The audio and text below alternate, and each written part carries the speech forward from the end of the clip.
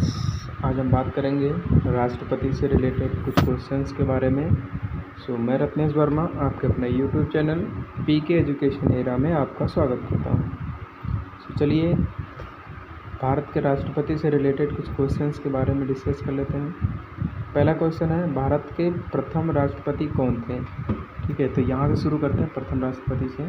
तो भारत के प्रथम राष्ट्रपति कौन थे? डॉक्टर राजेंद्र प्रसाद। ठीक है, भारत के प्रथम राष्ट्रपति कौन थे? तो वो थे डॉक्टर राजेंद्र प्रसाद। ठीक है, भारत के पहले राष्ट्रपति डॉक्टर राजेंद्र प्रसाद।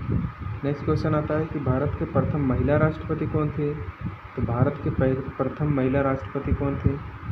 तो ये आता है ऑप्शन नंबर 1 सुषमा स्वराज, इंदिरा गांधी, प्रतिभा पाटिल, स्मृति ईरानी। तो ये सबको पता है, प्रतिभा पाटिल जो हमारी भारत की फर्स्ट फीमेल प्रेसिडेंट थी, प्रथम महिला राष्ट्रपति। क्वेश्चन नंबर 3 आता है कि भारत में राष्ट्रपति बनने के लिए कम से कम कितनी आयु होनी चाहिए? तो भारत में राष्ट्रपति बनने के लिए कम से कम 30 साल का उम्र होना चाहिए। ठीक है, मिनिमम 30 साल आपकी आयु होनी चाहिए।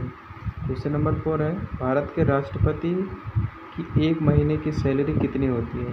तो भारत के राष्ट्रपति की एक महीने की salary option number 1 5 lakh, 2 lakh, 3 lakh, 4 lakh और 5 लाख। Option number 4 5 lakh. और देता कौन है? तो consolidated fund of India. Bharat के राष्ट्रपति कहाँ से मिलती है? तो CFI consolidated fund of India, Bharat के वित्त आयोग से मिलती है। ठीक है, consolidated fund of India. Next question आता है कि भारत में कार्यपालिका का अध्यक्ष कौन होता है?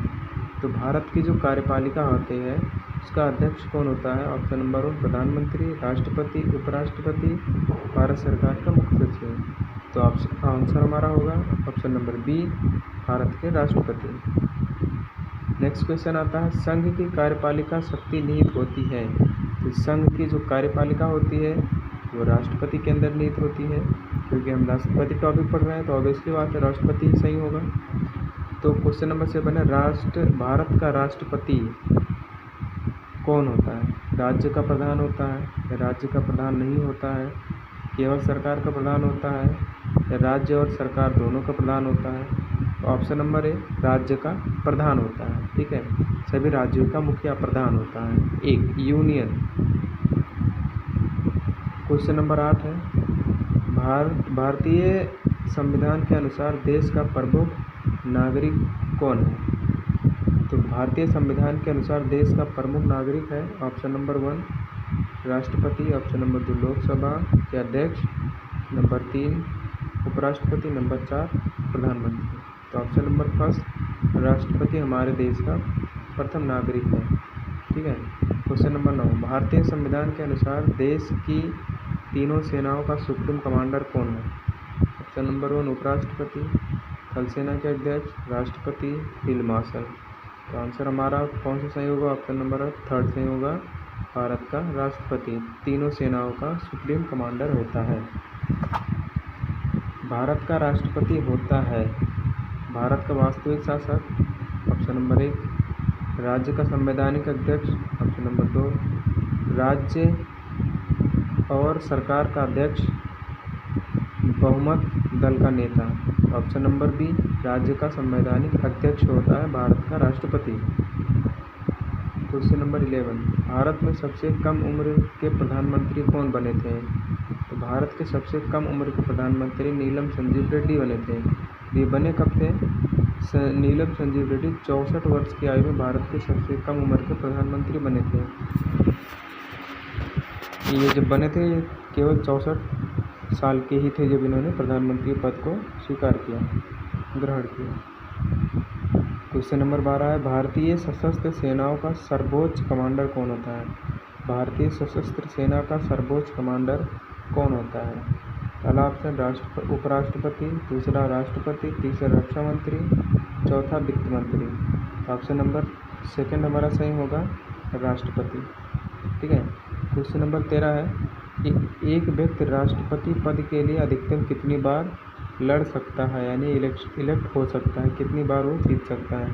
तो ऑप्शन नंबर ए पे दिया था 1, ठीक है। ऑप्शन नंबर 1 पे क्या था, 1 था। ऑप्शन नंबर बी पे 5, सी पे 7 और इसकी कोई सीमा नहीं। ऑप्शन नंबर डी, हमारे संविधान में लिखा हुआ है कि आप राष्ट्रपति पद के लिए या प्रधानमंत्री पद के लिए कितनी बार भी बन सकते हैं, इसकी कोई सीमा नहीं है। तो ऑप्शन नंबर डी सही है। ऑप्शन ये थोड़ा टाइपिंग में मिस्टेक हो गया। क्वेश्चन नंबर 14 यहाँ से शुरू हो रहा है। तो राष्ट्रपति का निर्वाचन किस प्रकार होता है। तो राष्ट्रपति का निर्वाचन किस प्रकार होता है, क्वेश्चन ये पूछ रहा है। पहला ऑप्शन है प्रत्यक्ष रूप से, दूसरा अप्रत्यक्ष रूप से, तीसरा मनोनयन द्वारा, चौथा कोई स्पष्ट प्रावधान नहीं है। तो ऐसा नहीं है, स्पष्ट प्रावधान है। अप्रत्यक्ष रूप से, अप्रत्यक्ष रूप से कैसे, जो दोनों सदनों के मेंबर होते हैं और लेजिस्लेटिव काउंसिल के जो मेंबर होते हैं, MLCs जो होते हैं, वो चुनाव करते हैं राष्ट्रपति का, ठीक है। ऑप्शन नंबर बी हमारा सही हो गया। क्वेश्चन नंबर 15 कहता है कि राष्ट्रपति पद निर्वाचन हेतु कौन सी पद्धति अपनाई जाती है। तो निर्वाचन हेतु सिंगल ट्रांसफरेबल वोट यानी एकल संक्रमणीय मताधिकार अपनाया जाता है, यानी कि ऑप्शन नंबर डी हमारा सही होगा, समानुपातिक प्रतिनिधित्व एवं एकल संक्रमणीय पद्धति। क्वेश्चन नंबर 16 है राष्ट्रपति पद का चुनाव संबंधी विवाद को किसे निर्देशित किया जाता है। अगर कोई विवाद आता है राष्ट्रपति पद के चुनाव को लेकर तो हम किसे निर्देशित करते हैं। ऑप्शन नंबर 1 संसदीय समिति, ऑप्शन नंबर 2 लोकसभा अध्यक्ष, ऑप्शन नंबर 3 निर्वाचन आयोग, ऑप्शन नंबर 4 उच्चतम न्यायालय। तो हम सुप्रीम कोर्ट जाते हैं अगर राष्ट्रपति पद के चुनाव के लिए कोई विवाद होता है तो उसके लिए हम डायरेक्ट सुप्रीम कोर्ट जाते हैं। ऑप्शन नंबर डी उच्चतम न्यायालय। भारत के चौथे राष्ट्रपति कौन थे। Option number 1 V V Giri, option number 2 Sarvepalli Radhakrishnan, option number 2 Zakir Hussain और ऑप्शन नंबर 4 फखरुद्दीन अली अहमद। तो ऑप्शन नंबर 1 हमारा सही है, भारत के चौथे राष्ट्रपति बीबी गिरी थे। निम्नलिखित में से कौन से राष्ट्रपति पूर्व केंद्रीय गृह मंत्री थे। ऐसे कौन से राष्ट्रपति हैं जो पहले गृह मंत्री थे और फिर राष्ट्रपति बने हैं। ऑप्शन नंबर फर्स्ट है हमारा, ऑप्शन नंबर फर्स्ट है हमारा बीबी गिरी, ज्ञानी जैल सिंह, जाकिर हुसैन, आर वेंकटरमन। तो हमारा जो ऑप्शन नंबर बी है ज्ञानी जैल सिंह, ये पहले गृह मंत्री थे और फिर उसके बाद राष्ट्रपति बने हैं। क्वेश्चन नंबर 20 कौन राष्ट्रपति चुने जाने वाले प्रथम गैर कांग्रेसी उम्मीदवार थे। मतलब ऐसे कौन से राष्ट्रपति थे जिनको पहली बार चुना गया था और वो गैर कांग्रेस पार्टी से संबंध नहीं था उनका। पहला ऑप्शन बीबी गिरी, दूसरा नीलम संजीव रेड्डी और तीसरा ज्ञानी जैल सिंह, चौथा जाकिर हुसैन। तो बीबी गिरी जो थे वो भारतीय कांग्रेस के पार्टी से संबंधित नहीं थे, फिर भी उन्हें राष्ट्रपति बनाया गया था। क्वेश्चन नंबर 21 निम्नलिखित में से कौन भारत का राष्ट्रपति नहीं रहा है। ऑप्शन दिया हुआ है, इसमें से आपको चुनना है कि ऐसे कौन से हैं जो भारत के राष्ट्रपति नहीं रह चुके हैं। सर्वपल्ली राधाकृष्णन ये तो थे, जाकिर हुसैन ये भी थे, ज्ञानी जैल सिंह ये भी थे, पहले गृह मंत्री फिर राष्ट्रपति, फिर सी राजगोपालाचारी एडवाइजरी कमेटी के सदस्य थे, तो ये नहीं थे। तो ऑप्शन नंबर डी हमारा सही हो जाएगा, सी राजगोपालाचारी। क्वेश्चन नंबर 22 भारत में किसके चुनाव में समानुपातिक प्रतिनिधित्व चुनाव प्रणाली अपनाई जाती है। भारत में किसके चुनाव में समानुपातिक प्रतिनिधित्व चुनाव प्रणाली अपनाई जाती है। राज्यसभा के सदस्यों का चुनाव के लिए, विधानसभा, उपराष्ट्रपति या राष्ट्रपति। तो ऑप्शन नंबर 4 राष्ट्रपति। अभी ऊपर ही हमने बताया अनुपातिक प्रतिनिधित्व और एकल संक्रमणीय चुनाव के लिए राष्ट्रपति का चुनाव होता है, तो उसी से आप गेस कर सकते हो, यानी कि उससे आप पता कर सकते हो समानुपातिक प्रतिनिधित्व चुनाव प्रणाली।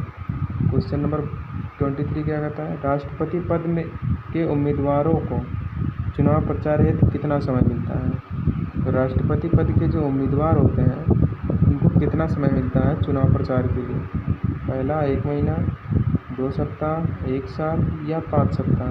तो उनको सिर्फ और सिर्फ 2 सप्ताह मिलते हैं, यानी कि 14 दिन मिलता है अपने प्रचार के लिए। ठीक है, तो ऑप्शन नंबर बी हमारा सही हो जाएगा।